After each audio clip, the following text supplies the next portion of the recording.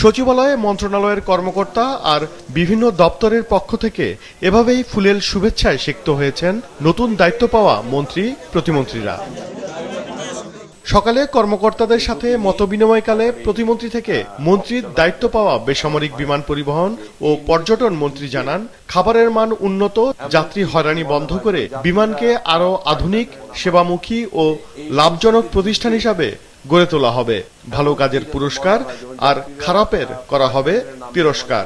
আমি ডিসেম্বরের মধ্যেই বিমান লিজ নিতে চাই। 10টি বিমান আমরা লিজ করব। মধ্যপ্রাচ্যের ফ্লাইট আমরা অনেক বাড়াতে চাই। আমরা যতদূর সম্ভব বিমানের সক্ষমতা অনুযায়ী আমরা লিজগুলি করব। আমরা অক্টোবরে ইনশাল্লাহ ইন্টারন্যাশনাল এয়ারপোর্ট হিসেবে কক্সবাজারকে ওপেন করব। এর আগে প্রথম কর্মদিবসে মন্ত্রণালয়ের কর্মকর্তাদের সাথে মতবিনিময় শেষে এলজিআরডি মন্ত্রী বলেন, বিগত নির্বাচনগুলো জনগণের ইচ্ছের প্রতিফলন হয়নি। তাই সরকার এমন স্থানীয় সরকার নির্বাচন করতে চায় যার মধ্য দিয়ে জনগণের প্রতিনিধি নির্বাচিত হবেন। 5টা স্তরে নির্বাচন, প্রত্যেকটি স্তরে নির্বাচন হবে এবং সত্যিকার অর্থে জনগণের প্রতিনিধিরা সেই নির্বাচনে নির্বাচিত হোক, এটাই আমাদের। নবনিযুক্ত তথ্য ও সম্প্রচার মন্ত্রী অভিযোগ করেন, বিগত 17 বছর সংবাদ মাধ্যমের হাত বেঁধে দেওয়া হয়েছিল। দেশের ইতিহাস, ঐতিহ্য ও মুক্তিযুদ্ধের চেতনা মাথায় রেখে কাজ করতে হবে বলেও জানান মন্ত্রী।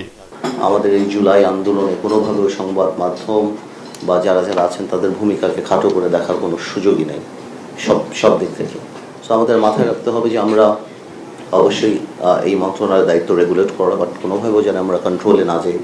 পার্বত্য অঞ্চলকে বৈষম্য মুক্ত করে গড়ে তুলতে সকলকে নিয়ে কাজ করার কথা জানান পার্বত্য চট্টগ্রাম বিষয়ক মন্ত্রী।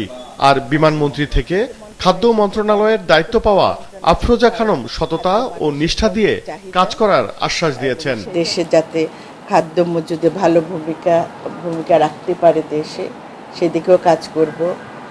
আর মানুষ যাতে নিরাপদ খাদ্য পায় সেটার দিকেও আমরা সবাই লক্ষ্য রাখব।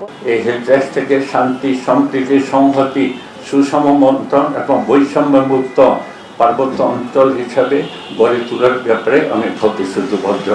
দুপুরে সচিবালয়ে কর্মকর্তা ও পরে সাংবাদিকদের সাথে মতবিনিময়ের সময় নতুন ধর্ম প্রতিমন্ত্রী মন্ত্রণালয়ের কোনো কাজে জটিলতা থাকলে দ্রুত ব্যবস্থা নেয়ার আশ্বাস দেন। যে কোনো কাজে আমাদের এই মন্ত্রণালয়, সেটার জন্য আমরা অতি দ্রুত সেগুলোর ব্যাপারে আমরা মেজার্স নিব ইনশাআল্লাহ, এটি আমাদের মেসেজ। ওবায়দুল কবির, মাছরাঙা সংবাদ, ঢাকা।